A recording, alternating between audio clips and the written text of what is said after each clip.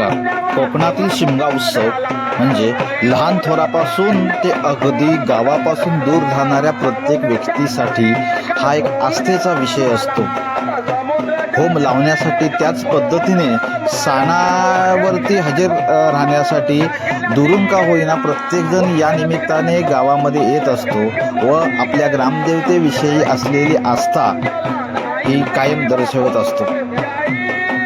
बदलत्या या कोकणातील परिस्थितीमध्ये अशा या सणांच्या निमित्ताने घरे आणि गावे ही माणसांनी भरलेली व गजबजलेली बघायला मिळतात. खरोखर हे कोकणातलं सौंदर्यच म्हणावं लागेल.